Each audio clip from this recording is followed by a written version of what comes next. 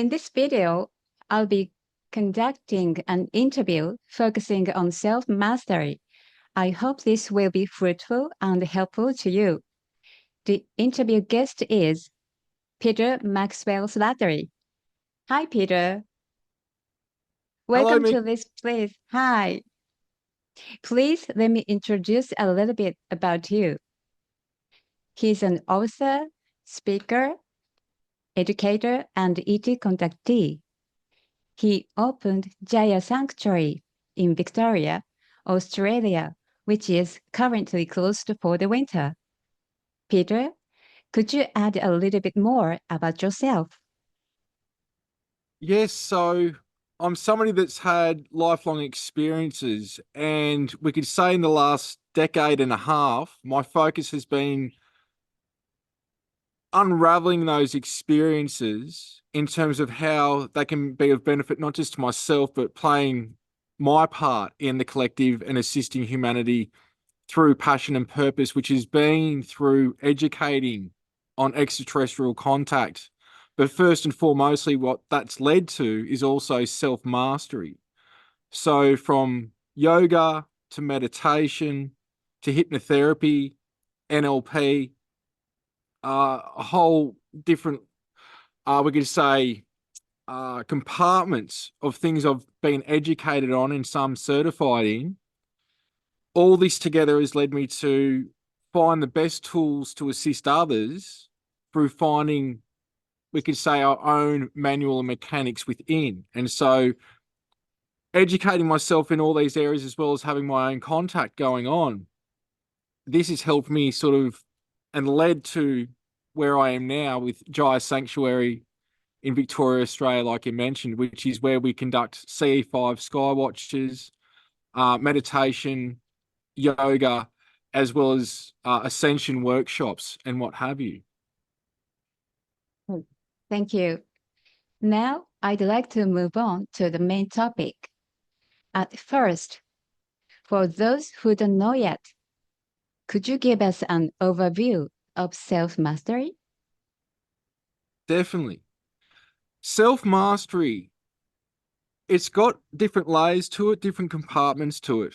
But to simplify this is being in control of yourself, being in control of your impulses, your thoughts, your actions, and looking at if your actions are not only of benefit to yourself, but for others.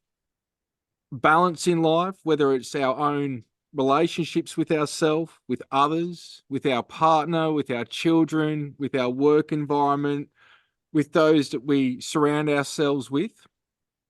And we could also say a balance of mind, body, and spirit, but also exercise, our own spiritual connection. And really, this is what it's coming down to, is self-mastery that everything's led to. Because once you've got control of you, and there's things that we don't have control of, but if we've got control of what we can, and like I say, make lemonade from lemons with things that we don't tend to like in situations that, well, we think that we've got no control in certain situations, but there's always perspective of seeing things, like I say, a cup half full rather than empty. And it's seeing that light that's inside each and every single one of us, but also that light in others, and being the best version of ourselves. So self-mastery is being in control of us and making things and turning things to an optimal setting, meaning living our life to our most optimum way of being in all areas. And once we have that through discipline, dedication, doing the practices, and it doesn't mean we've all got to be doing the same practices, but doing what works for you. Once we're doing these things and living that life and being the best version of us through that, that's where not only have we got self-mastery individually, but a collective, it could go into that setting as well. So that's a condensed down way that I could describe self-mastery for people as an introduction.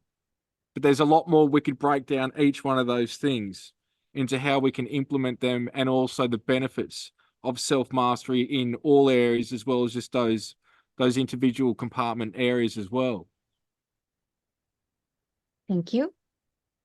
I think that by practicing self-mastery in various situations of daily life, it will become an experience for each individual and transform into wisdom for life.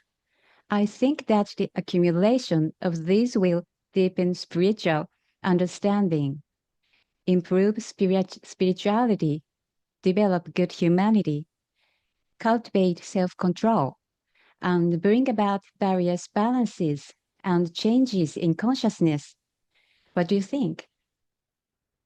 I think you're on the mark there. I think you're right.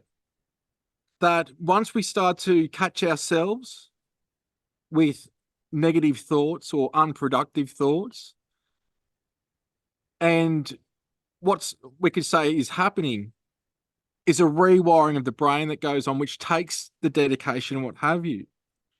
But implementing this does lead to a spiritual life. It leads to how we know that we're more than a physical body, and what's behind the thoughts. It's being conscious and aware that you're aware. So when we're conscious of our thoughts, we're conscious of our actions, we start now operating from a bigger perspective rather than the mental mind. I might be pointing to the head, but this is sort of what we could say is the main frame of what most people are operating in. We also now know that the heart also basically has its own neurons. And we also know that it gives off a bigger field, the heart does, than the brain. So through the heart space, connecting with the heart space, with the intention of being conscious of our thoughts, our actions, how is what I'm doing not just, again, bettering myself, but how is it bettering other people? How is it being of service to others? Is it bringing me joy? Is it bringing me love?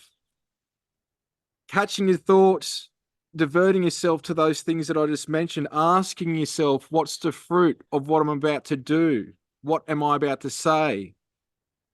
Along with dedication, what have you, like I was saying, it does lead to a more productive life, to where instead of just being on a ship that's sailing in the sea, going anywhere, now you can start to take control of that ship and you can enjoy that ride and go places that you can't even imagine beforehand by allowing God, source, creator, whatever you want to call that universal intelligence, to work through you. So it does definitely lead to that that spiritual journey, that spiritual path. But it's also for those that are open to that, to experience and have that better life, but also do the inner work to get there, whether it's working through childhood traumas, judgments, society norms that might not be productive, and a whole plethora of different things as well. Okay, thank you. I believe that by merging good parts of the East and the West, transcending national and racial boundaries, and raising our consciousness, and each of us uniting as Earth person, we can create a great wave of change. I also feel that we will be entering an era of telepathic communication that transcends language barriers. At the same time, I believe this also means that lies and deception will no longer work. So I think it is important to improve our humanity and spirituality and maintain a high vibrational state. Could you give us your message on this? Definitely. There is contact with other worlds going on, whether it's with physical or non-physical intelligences. A lot of these saints, sages, masters, angelic, extraterrestrial beings, they exist, I can tell you that for certain. And many will look to those states, but we are also beautiful, powerful beings within ourselves, and with the physical vessel, the way we're able to touch, the scent of the smells that we get, the visuals, the five sense reality that we do experience is beautiful here. It does need to be embraced, but we've also got senses beyond that. And this is where, first and foremost, through self-mastery, which is why I'm focusing, part of why I'm focusing on this, is because we're reaching into an ascension age.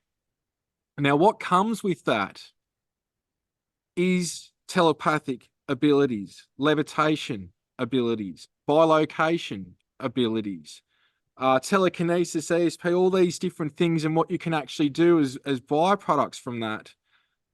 There's many things that come with it, but also what comes with it is being read like a book. What I mean by that is, like you said, all is seen. Your deepest, darkest secrets. Now, if you're coming at this from a loving and compassion point, like with our spirit guides and extraterrestrials and angels that are really there for our benefits, because there are ones that aren't, they can read you like a book, and they've got love and compassion for the wrong and the good that we've done. Now, if you take that now to a human level, can most people deal with that? And this is where love and compassion really needs to be first and foremost for ourselves, and also a balance of having it for others. It needs to be for the collective and ourselves, because when these things start to unlock, and they already are, and they have been for some time for some people that are very intuitive and empathic, these things are brought to the surface. There's no denying things. There's no hiding things. And that's where this needs to be brought to the forefront, and things first and foremost need to be healed and forgiven for ourselves and for others. That is a stepping stone in the ascension process. So I think that's a good mark, what you alluded to there, because Thank you. a lot of people, it's not on their radar sometimes, and it doesn't mean they're not thinking, because there's a lot of things to ascension and self-mastery, but that's one of them. And it's coming down to living in truth, and again, being conscious of our thoughts, our actions. And once you know this, really, how you can manipulate this reality for the benefit, meaning you can take charge of this reality, and you can either use it for service to others or service to self. That's where now you've got to be responsible and in charge of your actions. It's like you're no longer innocent. So because of that, there's responsibility with that. Okay, great. Peter, thank you so much. I'm looking forward to the next video. Blessings. For Yeah, for thank you. people who want to know more about you, could you tell them where they can find you? Yeah, there's petermaxwellslattery.com. There's ECETI Australia.org, and also giasanctuary.com. Thank you. I'll also put a link in the description section, so please check it out. I hope these messages will help you remember your inner light and help you to bring happiness and abundance to your life. Sending love and gratitude to Peter and all of you. Thank you so much. Blessings to all. Thank you. Thank you.